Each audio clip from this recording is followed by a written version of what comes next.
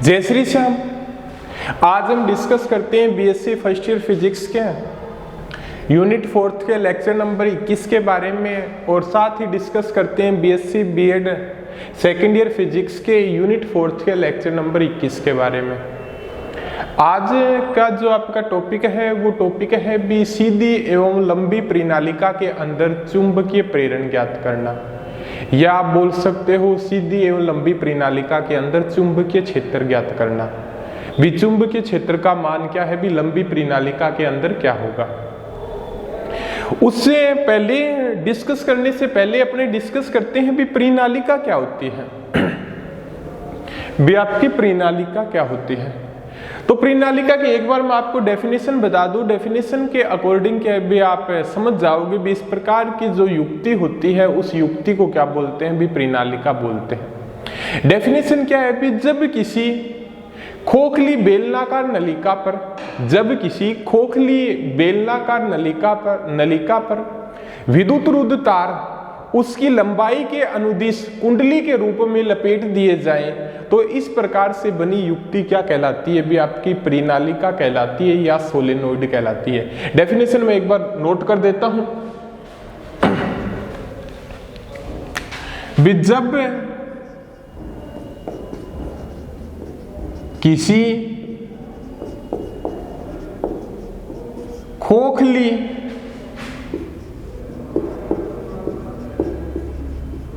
बेलनाकार नलिका पर, खोखली बेलनाकार नलिका पर उसकी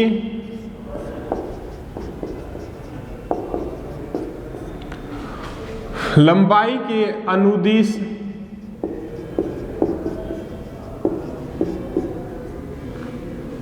विद्युत रुद्ध तार उसकी लंबाई के अनुदिश विद्युत रुद्ध तार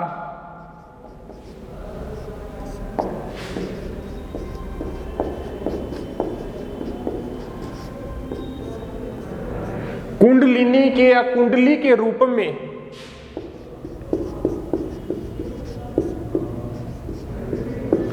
लपेट दिए जाएं,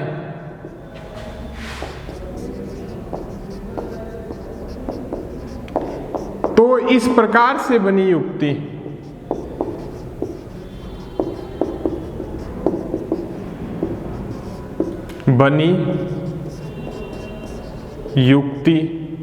प्रणालिका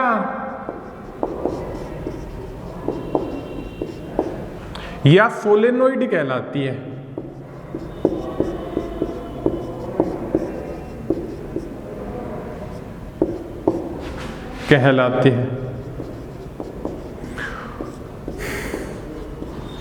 ये चीजें भी डेफिनेशन क्या है, आपकी एक बार डेफिनेशन और देख लीजिएगा। जब किसी खोखली बेलनाकार नलिका पर भी कोई पाइप हो गई खोखली, ठीक है, बेलनाकार नलिका है, पर उसकी लंबाई के अनुदिश विद्युत रुद्ध तार भी ऐसे वायर जिनके पास में आने के ऊपर क्या भी उसके ऊपर किसी प्रकार का क्या भी लेप चढ़ा होता है उस वायर के ऊपर, जिसके कारण क्या भी इसके पास होते हैं, बट उसके अंदर क्या भी किसी भी प्रकार का शॉर्ट सर्किट ना हो। भी क्या भी वायर क्या भी कुंडली के रूप में उसके लपेटते हैं। भी वायर क्या होते हैं, भी वो विद्युत रुद्ध तार, जिसके कारण क्या भी उसके ऊपर विद्युत रुद्ध तार इसलिए बोला गया है कि उस वायर के ऊपर किसी भी प्रकार का क्या भी लेप चढ़ा होता है, जिसके कारण क्या होता है, भी शॉर्ट सर्किट नहीं होता। विद्युत रुद्ध तार कुंडलिनी के रूप में क्या है, भी लपेट दिए जाएं, तो इस प्रकार से बनी युक्ति क्या कहलाती है, भी आपकी सोलेनोइड कहलाती है। इस प्रकार से बनी युक्ति क्या कहलाती है, भी आपकी सोलेनोइड कहलाती है। जो आपके सामने भी कहने का मतलब ये हो गया, भी जब किसी खोखली बेलनाकार नलिका पर उसकी लंबाई के अनुदिश विद्युत रुद्ध तार कुंडलिनी के रूप में लपेट दिए जाएं, तो इस प्रकार की जो बनी आकृति होगी वो क्या कहलाती है, भी आपकी सोलेनोइड कहलाती है। क्या कहलाती है, भी प्रणालिका कहलाती है। क्लियर हो गया आपका यहां तक। अब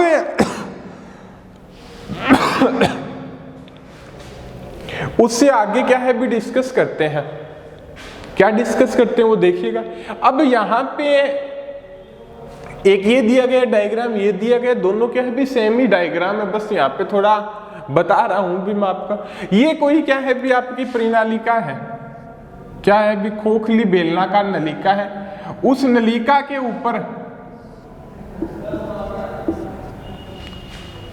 उस नलिका के ऊपर क्या है भी वायर लपेटे गए हैं, ठीक है। उस नलिका के ऊपर क्या है आपके कुंडलिनी के रूप में वायर लपेटे गए हैं। तो ये जो शेप बनेगी वो क्या कहलाती है भी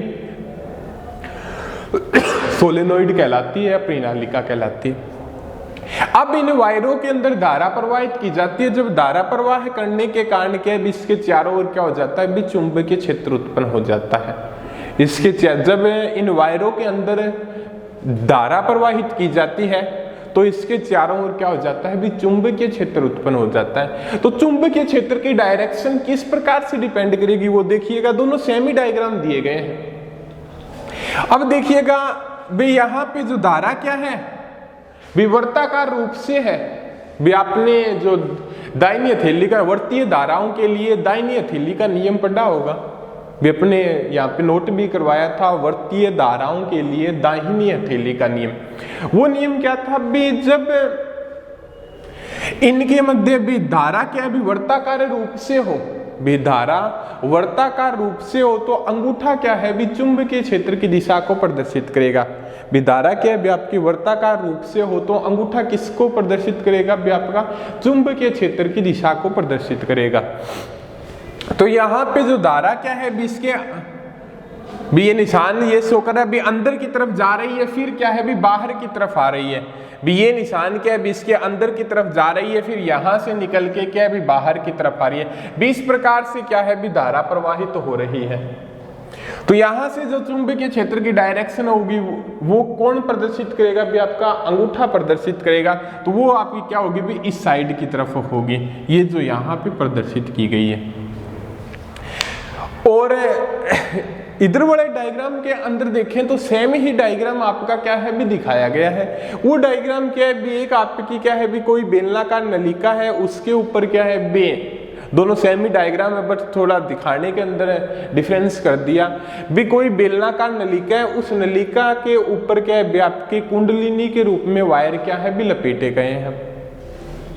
अब जो इसके अंदर की तरफ जा रहा है धारा किस प्रकार से प्रवाहित हो रही है, इस प्रकार से भी। कहने का मतलब ये वायर हो गया, वायर के अंदर जो यहाँ पे जो ये निशान है ये धारा की डायरेक्शन को शो करते हैं। किसकी डायरेक्शन को शो करते हैं भी धारा की डायरेक्शन को। भी इसके अंदर धारा अंदर की तरफ जा रही है, क्रॉस निशान आपका क्या है भी अंदर की तरफ शो करता है, डॉट निशान क्या है भी आपका बाहर की तरफ शो करता है। तो यहाँ से धारा अंदर की तरफ जा रही है और फिर क्या है भी बाहर की तरफ आ रही है, अंदर जा रही है फिर क्या है भी आपकी बाहर की तरफ आ रही है। सेम कंडीशन क्या है भी यहाँ पे इस प्रकार की सेम क्या है भी कंडीशन है, दोनों में क्या है भी समान रूप से क्या है भी धारा प्रवाहित हो रही है। भी यहाँ पे भी अंदर की तरफ जा रही है फिर क्या है भी बाहर की तरफ आ रही है, यहाँ पे भी क्या है भी अंदर की तरफ जा रही है फिर क्या है भी बाहर की तरफ आ रही है। तो अंगूठा क्या करेगा भी चुंबकीय क्षेत्र की डायरेक्शन को शो करेगा, ठीक है। अंदर गई धारा यहाँ से क्या है भी बाहर की तरफ आई, तो अंगूठा क्या करता है भी आपकी चुंबकीय बल रेखाओं की डायरेक्शन को प्रदर्शित करता है। और चुंबकीय बल रेखाएं हमेशा क्या बनाती है भी क्लोज लूप बनाती है, हमेशा क्या बनाती है भी क्लोज लूप बनाती है। इसी प्रकार से क्या है भी इसका बन जाएगा, ऊपर ले लो या नीचे ले लो भी अपने क्या है भी हमेशा क्या है भी ये दर्शाया नहीं गया है बट हमेशा क्या है भी चुंबकीय बल रेखाएं क्या करती है भी क्लोज लूप बनाती है। ये तो होगी भी आपकी प्रणालिका के बारे में।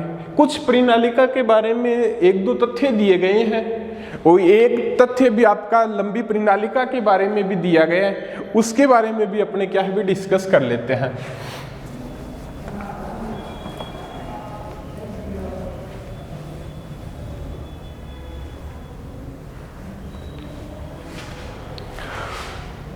एक तो क्या बताया गया भी आपका प्रणालिका का व्यास, प्रणालिका का व्यास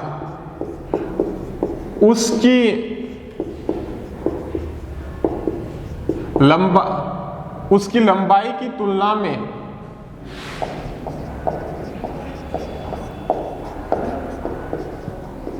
बहुत छोटा होता है।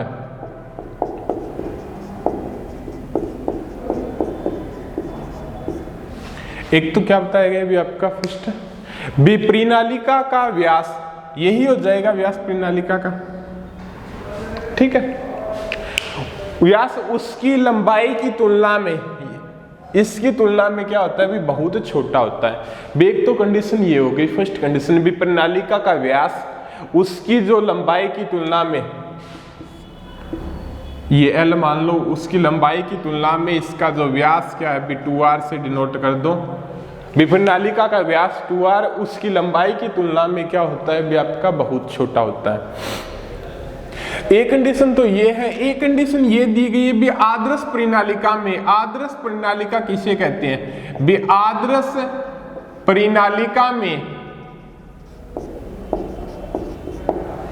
कुंडली के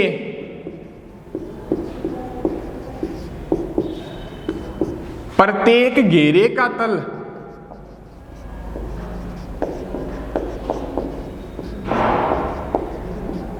आदर्श प्रणालिका में कुंडली के प्रत्येक घेरे का तल उसकी अक्ष के लंबवत होता है, अक्ष के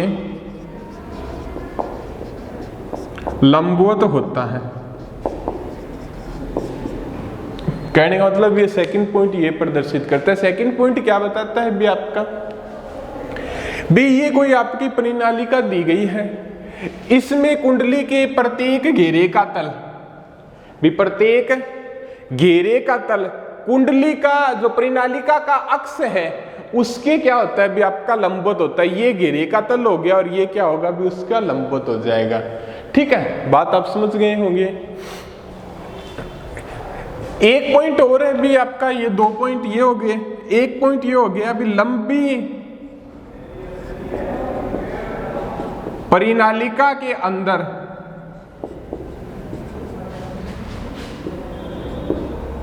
लंबी प्रणालिका के अंदर चुंबकीय क्षेत्र का मान, क्षेत्र का मान एक समान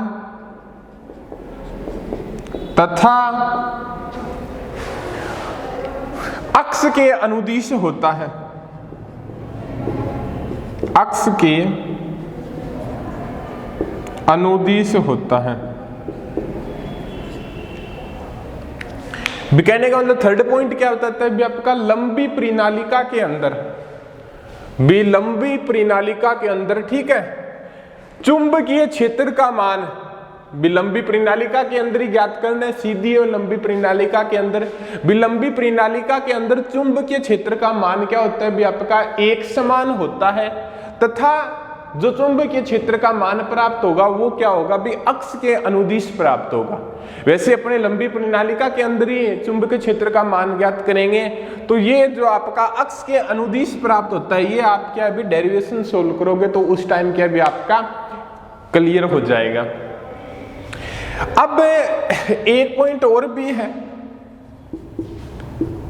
लंबी प्रणालिका के बाहर,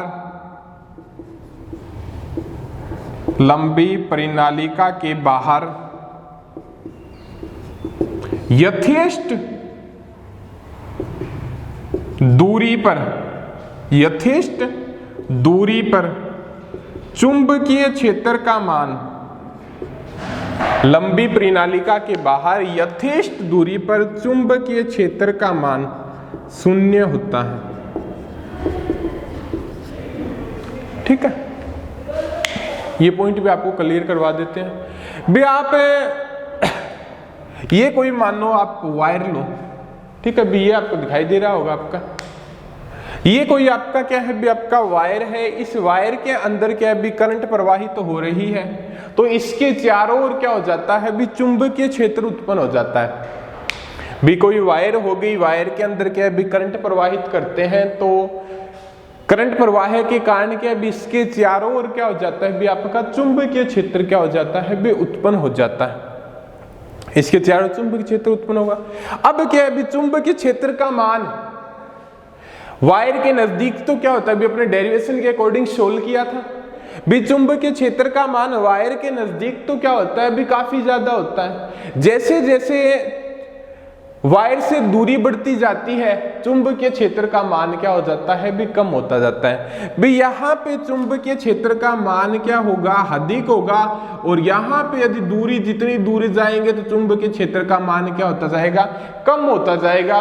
और बाद में क्या है कैसी कंडीशन आएगी काफी ज्यादा दूर चले जाएंगे तो चुंबकीय क्षेत्र का मान क्या हो जाएगा भी शून्य हो जाएगा। यही बात है।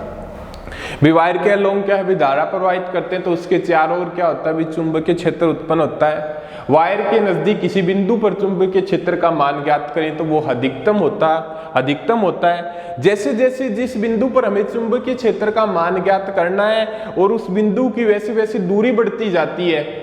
भी वायर से के नजदीक चुंबकीय क्षेत्र का मान अधिक होता है और वायर से दूर क्या है भी चुंबकीय क्षेत्र का मान क्या होता है भी कम होता जाता है। और भी कुछ दूरी पे क्या है भी एक ऐसी कंडीशन आएगी वहां पे चुंबकीय क्षेत्र का मान क्या हो जाएगा भी शून्य हो जाएगा। इसी प्रकार से ये बताता है भी इस प्रणालिका के चारों ओर क्या होगा भी चुंबकीय क्षेत्र उत्पन्न होगा और प्रणालिका से दूर यथेष्ट दूरी उस दूरी को बोलता है भी अपने अकॉर्डिंग लिए भी जहां पे क्या है भी चुंबकीय क्षेत्र का मान क्या हो भी शून्य हो। भी यहाँ पे चुंबकीय क्षेत्र कुछ चुंबकीय क्षेत्र है बट यहाँ पे कोई पॉइंट ले ले तो इस प्रणालिका के कारण यहाँ पे चुंबकीय क्षेत्र क्या होगा भी शून्य हो जाएगा, क्योंकि यहाँ पे चुंबकीय क्षेत्र का कोई प्रभाव ही नहीं है या चुंबकीय क्षेत्र इस बिंदु पर क्या है भी उत्पन्न ही नहीं होता है। ये था भी आपका सीधी व लंबी प्रणालिका के अंदर चुंबकीय प्रेरण। कुछ पॉइंट थे वो अपने आज डिस्कस करें। अब जो आपका टॉपिक था उस टॉपिक के बारे में डिस्कस करते हैं। वो टॉपिक क्या है भी आपका सीधी व लंबी प्रणालिका के अंदर चुंबकीय प्रेरण की वैल्यू को क्या करना है भी आपको फाइंड करना है, तो वो देखते हैं।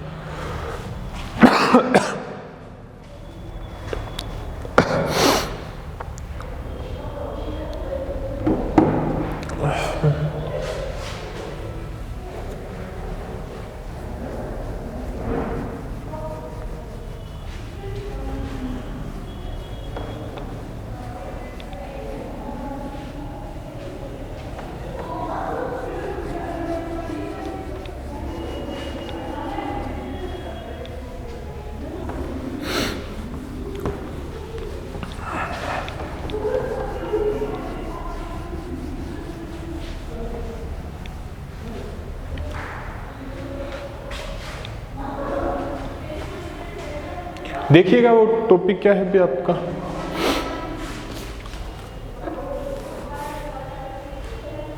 टॉपिक है भी आपका सीधी व लंबी प्रणालिका के अंदर चुंबकीय प्रेरण। ये मानिए भी आपकी कोई प्रणालिका है, ये क्या है भी आपकी कोई प्रणालिका है।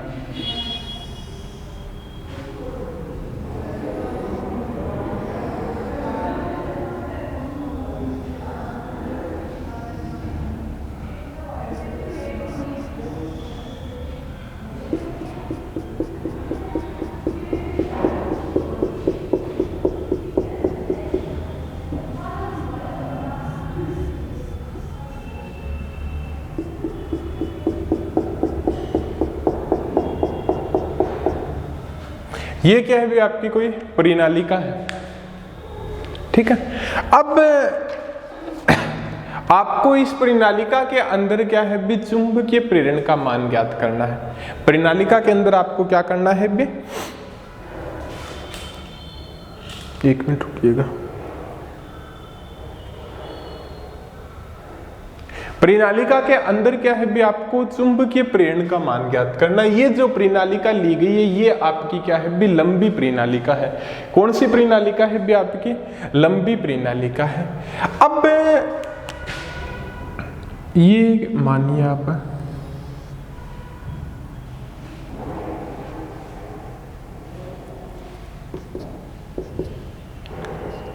अब देखिएगा अभी अपने इसके ऊपर वायर नहीं लपेट रही है, ठीक है। अभी अपना फिर डेरिवेशन के अंदर थोड़ी सी प्रॉब्लम आएगी यहाँ पे कुछ कैलकुलेट करते वक्त। अब क्या है भी इस प्रणालिका के ऊपर क्या है भी वायर लपेटे गए हैं। इस प्रणालिका के ऊपर क्या है भी कुंडली के रूप में क्या है भी आपके वायर लपेटे गए हैं। और अब उस वायरों के अंदर जब धारा प्रवाहित की जाती है तो चुंबकीय क्षेत्र उत्पन्न होता है। धारा प्रवाहित की जाती है तो क्या होता है भी वहां पे चुंबकीय क्षेत्र उत्पन्न होता है। भी इसके अंदर धारा किस प्रकार से प्रवाहित की जाती है, भी अंदर की, सॉरी बाय मिस्टेक्स,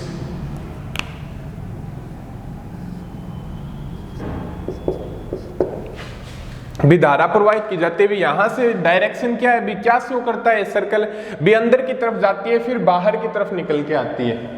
भी अपने वैसे भी अपने अकॉर्डिंग क्या भी धारा की वैल्यू को फाइंड कर सकते हैं, बट यहाँ पे क्या शो करता है भी वायरों के अंदर धारा क्या है भी अंदर की तरफ जा रही है फिर बाहर की तरफ निकल के आ रही है। भी ये इसका अंदर वाला पार्ट हो गया, ये इसका क्या होगा भी बाहर वाला पार्ट हो गया, यहाँ पे जो कुंडली लपेटी गई है, ठीक है। तो यहां से अंदर की तरफ जाएगी फिर बाहर निकल के आएगी, तो चुंबकीय क्षेत्र की डायरेक्शन क्या होगी भी आपकी इधर की तरफ होगी।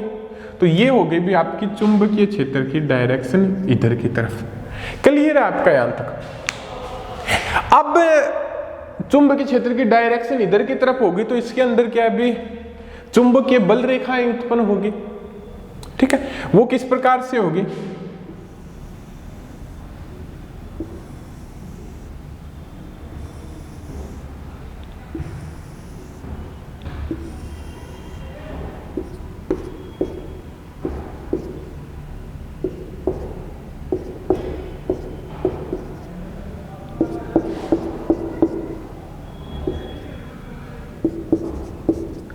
यहाँ पे आप सीधी लाइन से इसलिए प्रदर्शित किया गया भी एक बहुत ही लंबी प्रणालिका है, ठीक है।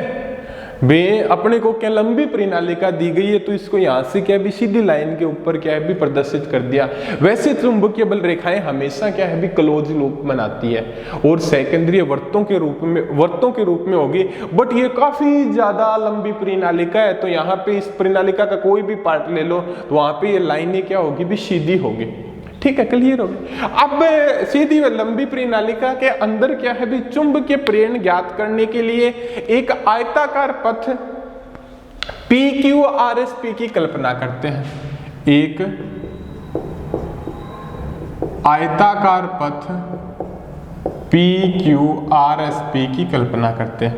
तो यहां पे आपने क्या है भी एक आयताकार पथ बना लिया, ये हो गया आपका PQRSP,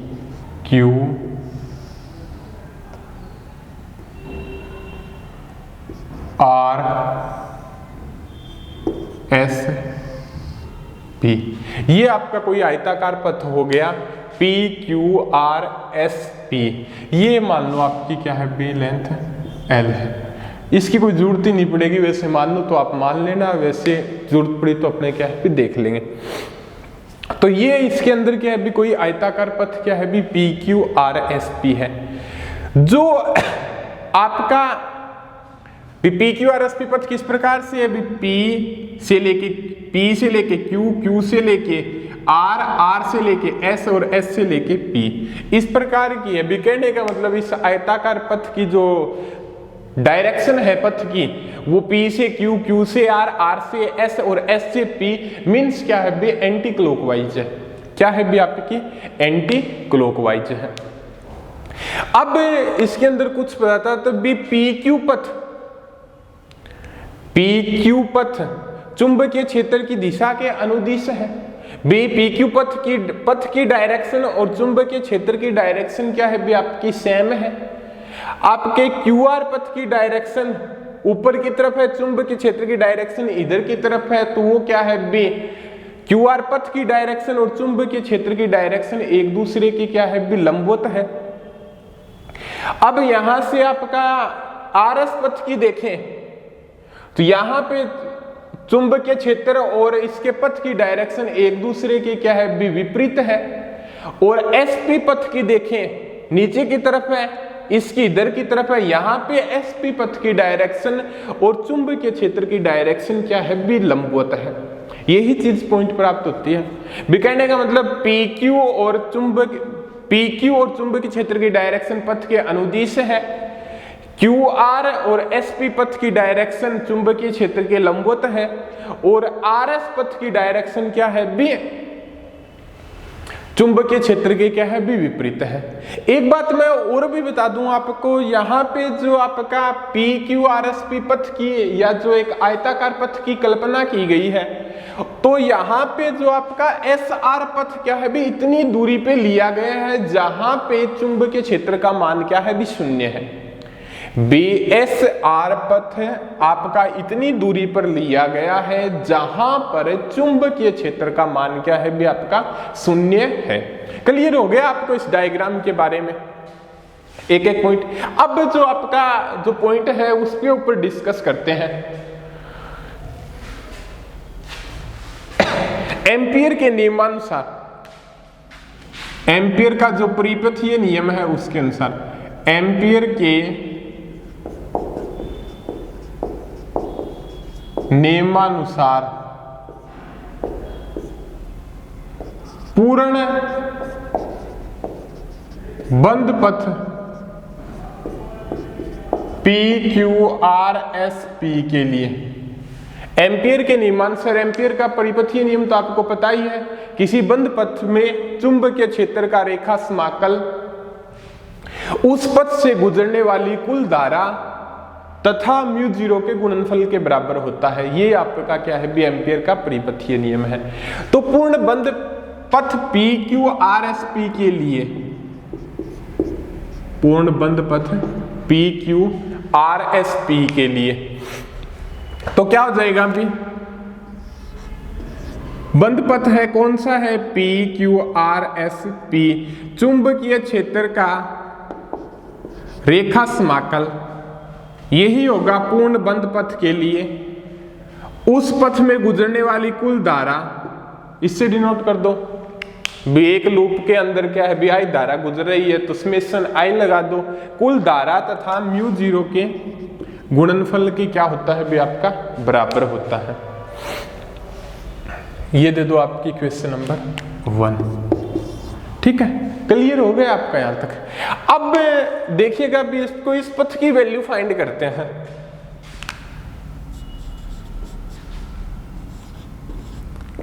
PQRSP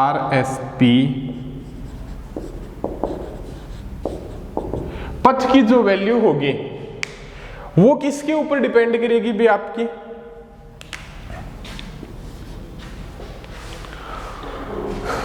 P से लेके Q BDL प्लस P से Q, Q से R, फिर R से S प्लस S से P, इसको दे दो आप समीकरण नंबर 2। यहां पे जो प्राप्त हुआ है वो क्या है बे, किसी बंद पथ के लिए चुंबकीय क्षेत्र का रेखा समाकलन, बंद पथ PQRSP के लिए चुंबकीय क्षेत्र का रेखा समाकलन उनके पथों के योग के बराबर होता है भी PQ, QR, RS तथा SP पथों के चुंबकीय क्षेत्र के रेखा समाकल के क्या है भी योग के बराबर होगा। ये हो गया क्लियर। ठीक है, वैसे आज डिस्कस नहीं हो पाएगा, वैसे मैं बता दूं बे, अब इसके बाद में क्या है बे, यहां पे हर कंडीशन की वैल्यू को क्या करेंगे भी फाइंड करेंगे।